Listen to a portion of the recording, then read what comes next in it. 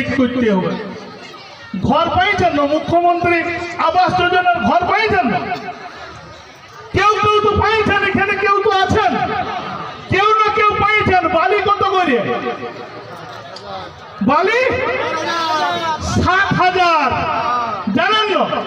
আমাদের এখানে এমপি কে জ্যোতির্ময় মাহাতো, এইখানের এমএলএ কে নরহরি মাহাতো, সুশান্ত মাহাতো, এরা কি একদিনও বলেছে যে বালি আমরা 2,000 টাকা করে দিব, দিতে হবে? বলেছে একদিনও? হংসেশ্বর মাহাতো বলেছে একদিনও যে আবাস যোজনার যারা ঘর পাইয়েছে তারাকে 2,000 টাকায় বালি দিতে হবে? কেউ বলেছে? কিন্তু কারা বলেছে? কারা বলেছিল? এই কর্মী আন্দোলনকারীরা। জানেন, ডিএম মিটিং ডেকেছে, বলছে আবাস যোজনার ঘরওয়ালাকে 2,000 টাকায় বালি দিতে হবে।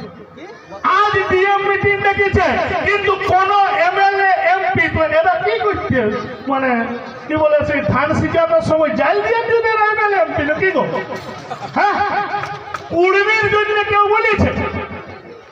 কর্মীর জন্য যে কর্মীরা এতদিন ধরে এসটি আন্দোলন করছে, কি আটকায় রেখেছে? ফার্দার কমেন্টে জাস্টিফিকেশন। তো এই এরা জানে এমএলএ গুলো ওটা খায় না, মাথায় দেয়, সিজাই খায় না, চোখটাই খায়, জানে এরা? জানে কোন এমএলএ? তাহলে এরা কর্মীর জন্য ভাববে? এরা কোন এমএলএ এমপি কর্মীর জন্য ভাববে? তাইলে এরা কেউ ভাববে না। এদের বাম্মাকে মোদি আর দিদি আর যারা আমাদের দাঁড়ায় ছিল তাদের বাম্মাকে আপনারা। এই সমাজের মানুষ সমাজের উন্নয়ন বলবে, রাজ্যের এক করে এই মানুষগুলো কেউ ঝাড়খণ্ড থেকে, কেউ উড়িষ্যা থেকে, কেউ বিভিন্ন রাজ্য থেকে, বিভিন্ন জেলার থেকে সবকিছু ছাড়িয়ে দিয়ে এইখান থেকে আসছে। আর ওদের শিখেলিতেও আসবে আর মুরব না এইখানে। ওরা তো কুড়মি বলে, নিজেরাকে তো কুড়মি মনে করে। তো আশি করি তো একবার বলতে পারতাম, দাদা কোনখানটায় আটকে আছে, চলুন দিদির কাজ। তো দিদির কাজ যাওয়ার এদের ক্ষমতা নাই দাদা। আর 17 সাল থেকে মমতা ব্যানার্জি আটকায় রেখেছে, আটকায় রেখেছে না? তাই আমাদের প্রধান শত্রুটা কে বলুন? কে আটকায় রেখেছে? আটকায় কে রেখেছে? মমতা ব্যানার্জি। তাইলে মমতা ব্যানার্জি আটকায় রেখেছে, মানে প্রধান শত্রু হচ্ছে মমতা ব্যানার্জি। আর যারা বিরোধিতা করছে ওরা তো দ্বিতীয় শত্রু। এই আটকায় রাখিয়েছে বলে 17 সালে যদি ঠিকঠাক করে পাঠাই দিত, আজ বিরোধিতা হতো?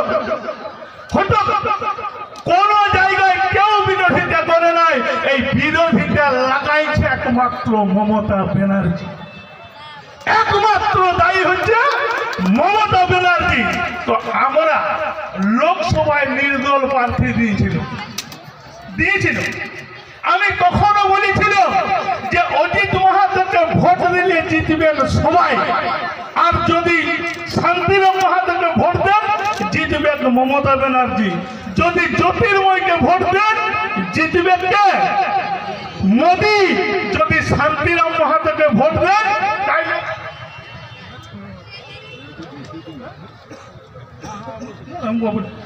তাইলে ভোট দেন, তাইলে জিতবে কংগ্রেস, জিতবেন না। কিন্তু যদি অজিত বাবুকে ভোট দেন তাইলে জিতবে গোটা জঙ্গলমহল, গোটা সমাজ, গোটা কুর্মী, গোটা বাউরি, গোটা মুসলমান, গোটা পিছিয়ে পড়া সমস্ত মানুষ জিতবে। কিন্তু দুর্ভাগ্যের বিষয়, আমরা সেই ভোটটা একত্রিত করতে পারি নাই। পারি কি? কিন্তু আমাদের এই জঙ্গল মহলে যতগুলো আমরা এমপি নির্দল সিটে দাঁড় করিয়েছিল, প্রায় 1,60,000 ভোট পাইছিল। 1,60,000 ভোট। তো এই 1,60,000 কোন এমএলএ 10,000 ভোটের মার্জিনে এই জঙ্গল মহলে জিতে নাই। তো আমরা যদি মনে করি এই 1,60,000 ভোটে 16টা এমএলএ কে যে কোনো সময় জিতাতে পারব আর যে কোনো সময় হারাতে পারব, যাকে মনে করব তাকে জিতাবো, যাকে মনে করব হারাবো তাকে হারাবো। তো সিদ্ধান্তটা আমাদের লিয়া হবে।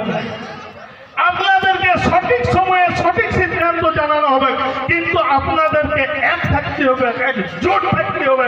যদি এই কুর্মী তার কাঙ্ক্ষিত লক্ষ্যে না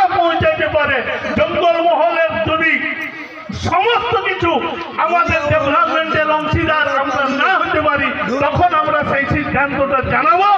এই বলে আপনাদেরকে একদম সচেতন ভাবে প্রত্যেকটা লড়াই আপনারা দুটো ভোট আমাদের কথা শুনে দিয়েছেন, 3 নম্বর ভোটটাও আমাদের কথা শুনে দিবেন। এই আবেদন, এই নিবেদন রাখে সবাইকে গণ নমস্কার জোহার জানিয়ে আমার ক্ষুদ্র বক্তব্য এখানে শেষ করছি। জয় জগন্নাথ।